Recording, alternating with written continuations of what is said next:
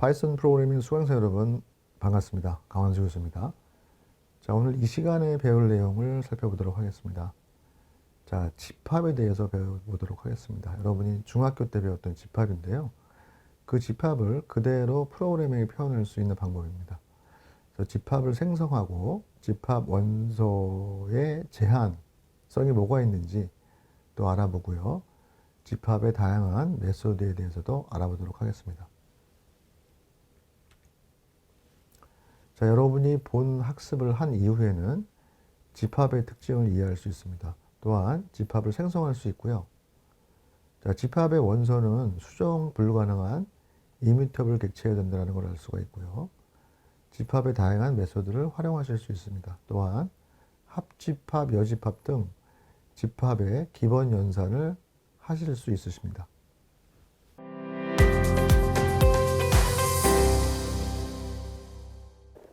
자, 집합은 우리가 중학교 때 배운 걸 다시 한번 돌이켜보면요. 원소는 유일하고 순서는 별 의미가 없습니다. 자, 그거가 일반적으로 집합이라고 하죠. 그래서 집합은 중복되는 요소가 없어야 되며 중복이 되더라도 얘들이 그냥 하나로 인지를 합니다. 그리고 거기에 뭐 써져 있는 거라든가 삽입된 거라든가 이런 순서는 아무 의미가 없습니다. 그러니까 순서도 의미가 없는 그 원소의 단순한 모임이다, 컬렉션이다 이렇게 생각하시면 되겠습니다. 요거는 뭐 반드시 여러분이 알아야 되는 건 아닌데요. 또 이걸 이해하고 있는 사람은 이 벤 다이어그램이 훨씬 더 집합을 이해하기가 편하기 때문에 제가 한번 그려봤습니다. 자, A와 B가 있는데 여기 그림처럼 A는 1, 2, 3, 4로 구성이 되어 있고 B는 3, 4, 5, 6으로 구성되어 있다고 하는 집합.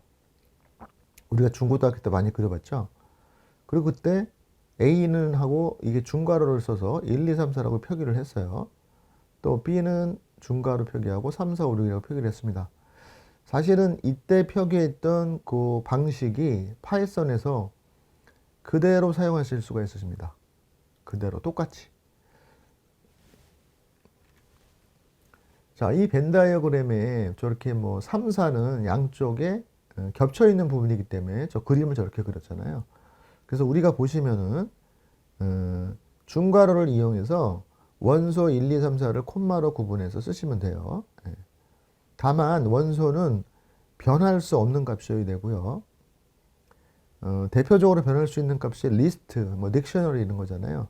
지난 시간에 배웠던. 자, 리스트 딕셔너리 같은 경우에는 이 원소로 들어올 수가 없다라고 하는 거죠. 그 다음에 서로 다른 값이어야 된다라고 하는 거예요.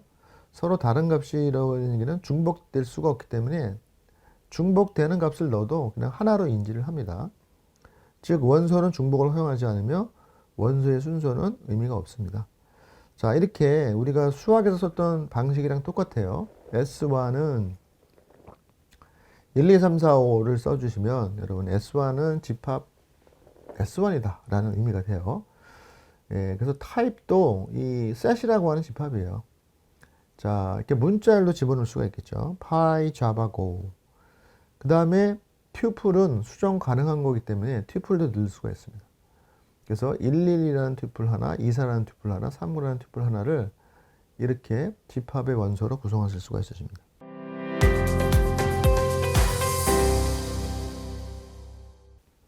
자, 함수, 내장 함수, set을 이용한 집합을 만들어 보도록 하겠습니다.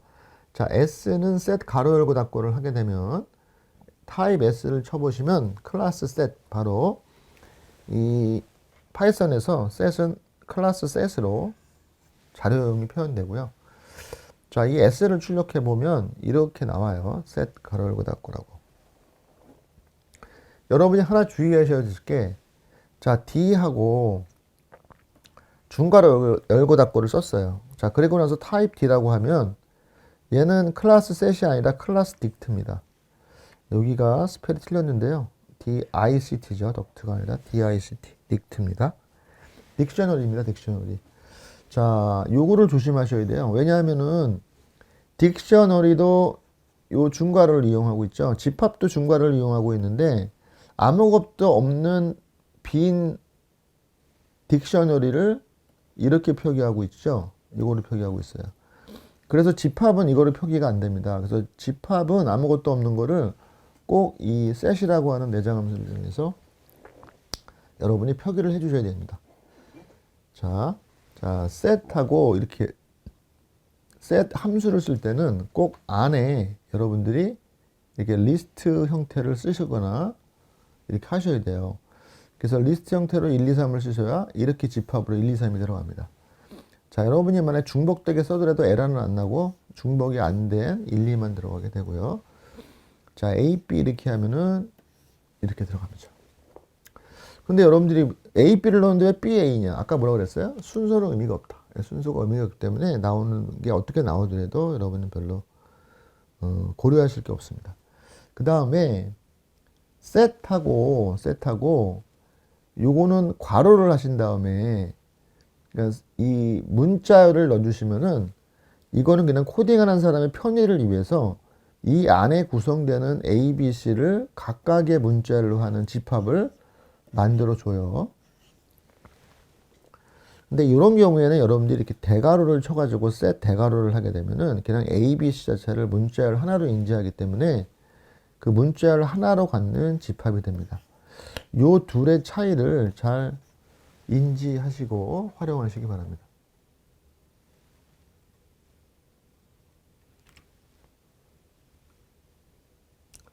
자, 다음은 내장함수 set을 활용한 집합 생성을 계속 더 알아보도록 하겠습니다.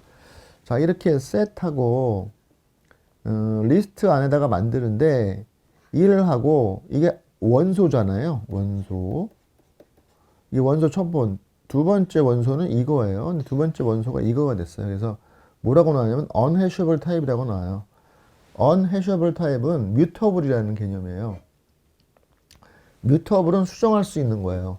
리스트는 수정할 수 있는 거기 때문에 수정 가능한 리스트와 딕셔너리는 집합의 원소로 사용이 불가능합니다. 꼭 기억하시기 바랍니다. 자, 여기 이렇게 set 내장 함수 이용하지 않고 중괄호로 그냥 항목을 하나씩 쓰시게 되면 자연스럽게 집합이 돼요. 그러니까 이 표기를 훨씬 더 많이 쓰겠죠. 굳이 set이라는 내장 함수를 쓰기보다는 이걸 더 많이 씁니다. 다만 빈 집합은 요거를 만들어 달라는 얘기죠. 네, 요거를 만들어 달라는 얘기고. 자, 이렇게 하면은 여러분 나오실 줄은 요게 하나의 항목이고 요게 하나의 항목이에요. 원소예요. 네, 이게 보이는 게 순서가 바뀌어도 상관은 없고요. 자, 이렇게 집합 기호를 하고 이렇게 하면은 이 자체가 하나의 원소잖아요. 그럼 아까처럼 unhashable 타입에서 리스트는 원소로 사용이 불가능하니까 오류가 발생하고요. 자, 원소로 사용 불가능한 거는 아까도 얘기했지만 딕셔너리도 마찬가지입니다. 그래서 딕셔너리도 unhashable 타입 이렇게 나와요. 그래서 여러분들이 오류 메시지에 unhashable 이렇게 나오면 unhashable 이런 식의 표현이 나오면 이거는 mutable이다. mutable. 다시 말해서 이건 수정 가능하다 이런 의미가 이렇게 수정 가능하다 이런 얘기고 만약에 hashable 이런 게 나오면 요거는 immutable. 이거는 수정 불가능하다라는 의미라고 보시면 돼요. 그래서 수정 불가능한 거에 대표적인 거는 뭐 int, float, tuple 이런 걸 얘기하고요. 스트링도 마찬가지고요. 근데 수정 가능한 거는 리스트, 딕셔너리 이런 게 수정 가능한 거예요. 요거를 기억해 주시기 바랍니다. 자, 플래닛에다가 해달별을 넣었어요. 아까 이렇게 넣으면 해달별이 따라 들어간다고 했죠. 그 다음에 플리츠에는 감귤을 넣었고요. 너츠에는 밤잣을 넣었고요. 자, 싱즈에는 이렇게 이러한 것들이 튜플로 들어가는 걸 넣었죠. 네. 자, 그리고 출력을 해봤습니다. 네. 그때는 이렇게 하나하나가 들어간 게 들어가고. 자, 다만 여기 보면은 여기 마지막에 보면 해달이 들어가 있잖아요. 자, 이렇게 원소에다가 이렇게 해서 해달을 넣게 되면 당연히 얘는 싱즈는 해달 자체가 그냥 원소가 되는 거죠. 보시다시피 그렇습니다.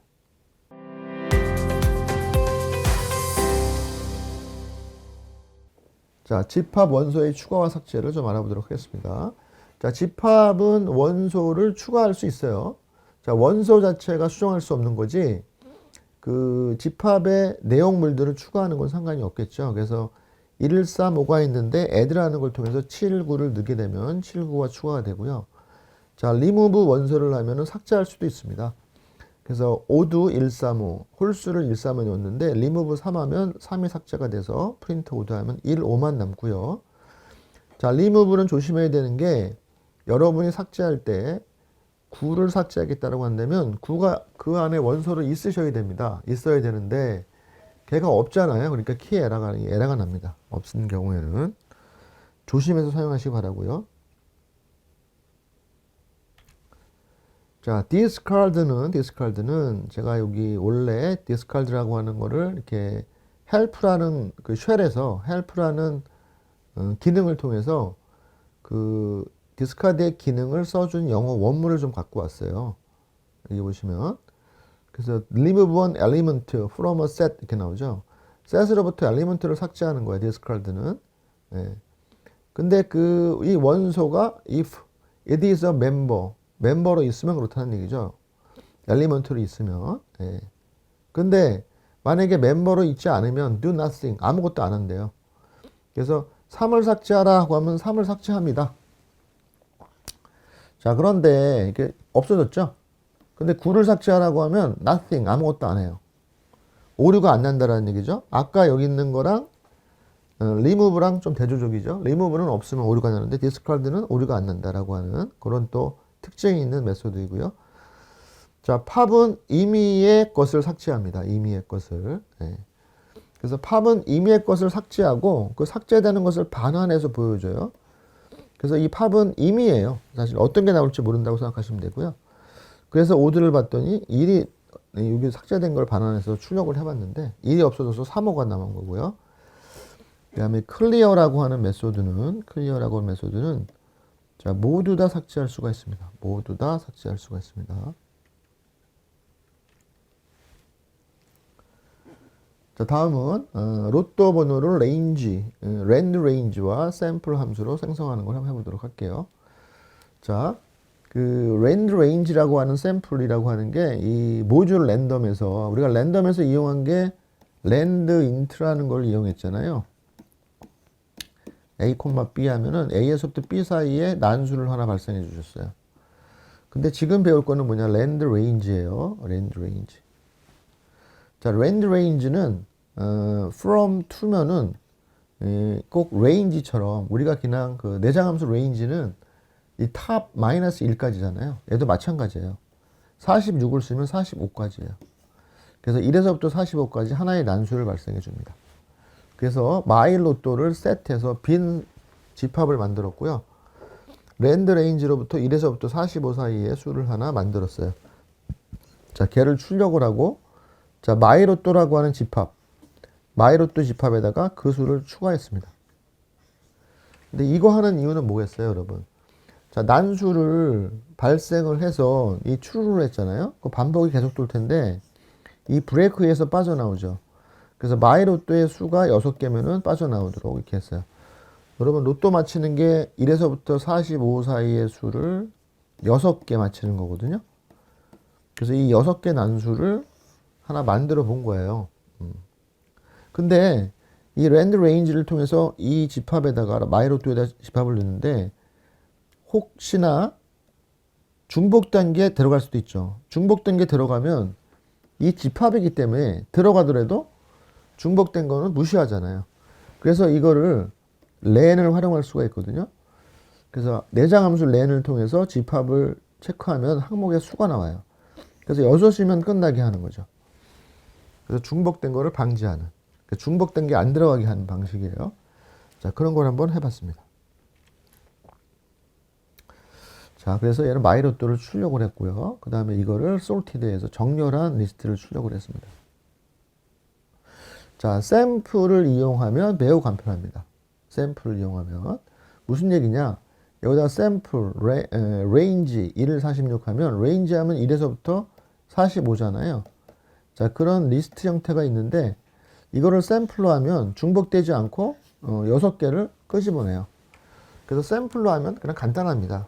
여기 집합으로 해서 이렇게 했는데 그냥 샘플이라고 하는 함수를 이용하면, 근데 이 샘플 함수는 아까도 봤지만 내장 함수가 아니라 이 랜덤에 있는, 그래서 from random import to sample 하면 이 랜덤을 안 쓰고 여기 있는 rand range라는 이름을 바로 쓸 수가 있는 장점이 있어요. 샘플도 마찬가지고요. 그래서 샘플을 바로 쓰시면 훨씬 더 편하다 라고 하는 코드입니다. 그래서 1, 2번 줄은 이 모듈 랜덤에서 rand range와 샘플을 바로 사용하기 문장입니다. 자, 이걸 제가 이전에 설명했는지 안 했는지 기억이 없는데 지금 설명해 드리고 또 나중에 요거에 대해서 자세하게 나옵니다. 그때 또 설명을 드리도록 할게요.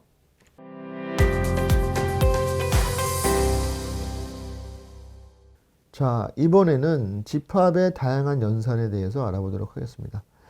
자, 우리가 이 집합을 활용하는 게 아까 제가 봤던 것처럼 중복을 허용하지 않는 그런 개념으로 똑같은 거를 자꾸 넣더라고 하더라도 그게 이제 항목으로 안 들어가는 거죠. 자, 그럴 때 우리가 활용도가 좀 높고요. 자, 여기 나오는 집합 연산 같은 경우에는 특별하게 우리가 집합에 대한 연산이 필요하다고 하면 필요할 수가 있어요. 한번 알아보도록 하겠습니다. 우리가 중학교 때 배웠던 내용이 좀 있습니다.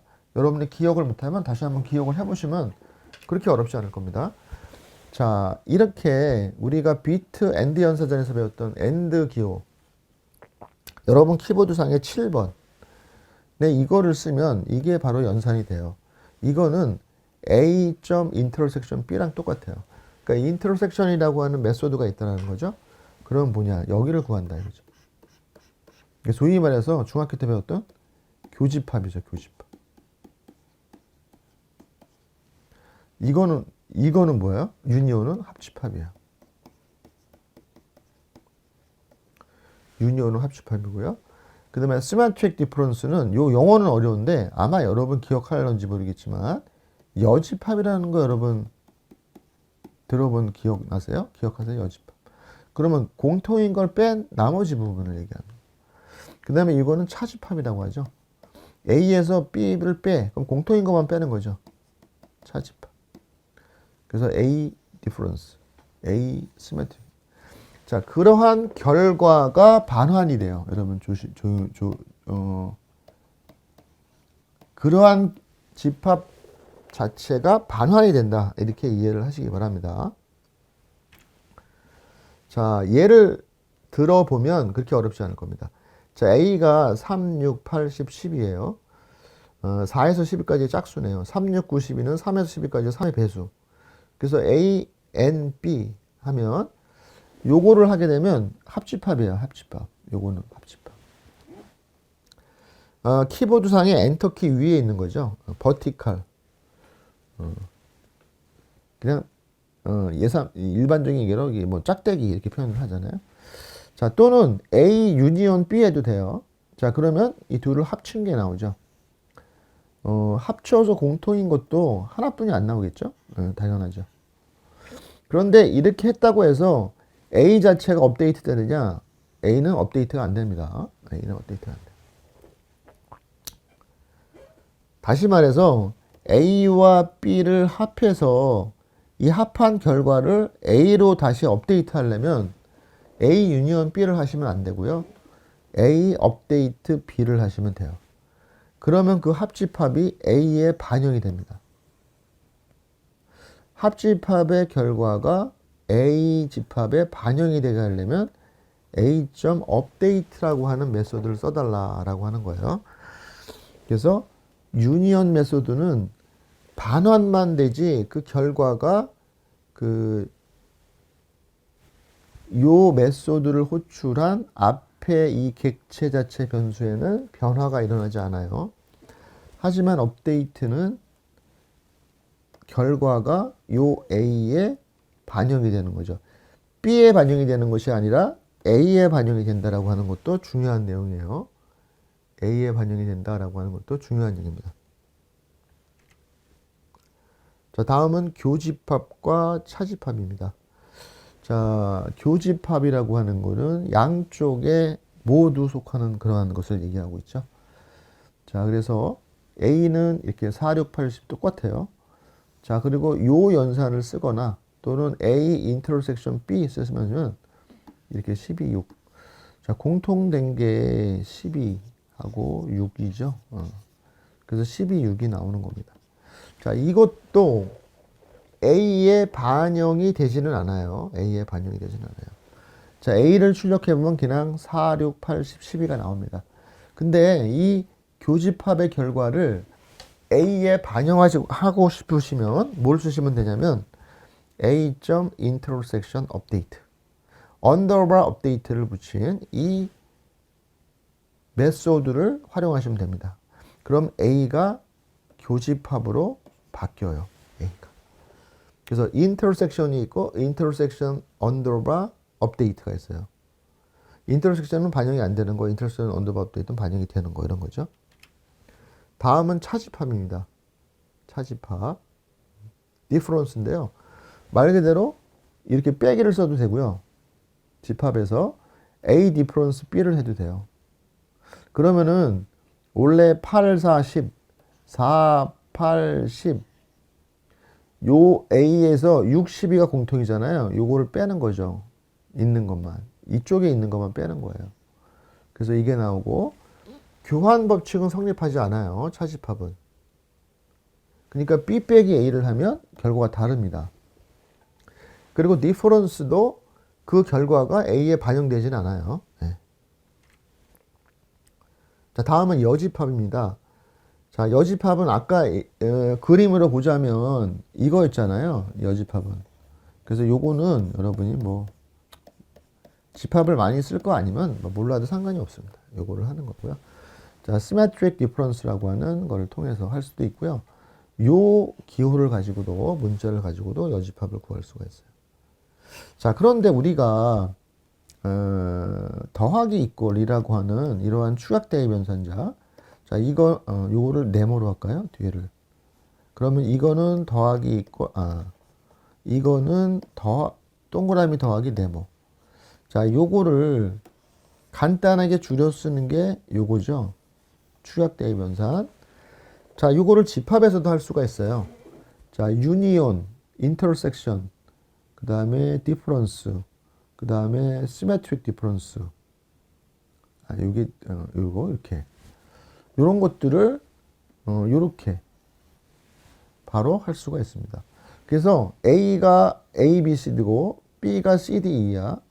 그래서 A는 A 합집합 B를 하면 이게 돼요. 요게 수행이 된다.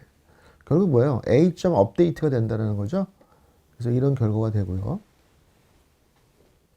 자, 마찬가지로 이렇게 해서 AND B를 하면 얘는 결국에는 A 인터섹션 업데이트가 돼요. 교집합을 A가 반영이 되는 거죠. 네. 그래서 반영을 하는 거기 때문에 대부분 뒤에 언더바 업데이트가 다 지원이 되거든요. 네, 요거에 의해서 반영을 시키는 것까지 우리가 활용하실 수가 있습니다. 자, 마찬가지입니다. 이건 여러분이 해보시면 되겠습니다. 그래서 A를 저장하고 B를 저장했는데 여러분 한 문장에 이렇게 콜론으로 여러 개의 문장을 한 줄에 쓰실 수가 있어요. 자, 인터섹션 업데이트는 교집합을 반영시킨 거죠. 자, 얘도 빼기 이꼴 하면 디퍼런스 업데이트랑 똑같아요. 그래서 차집합을 반영시키고요.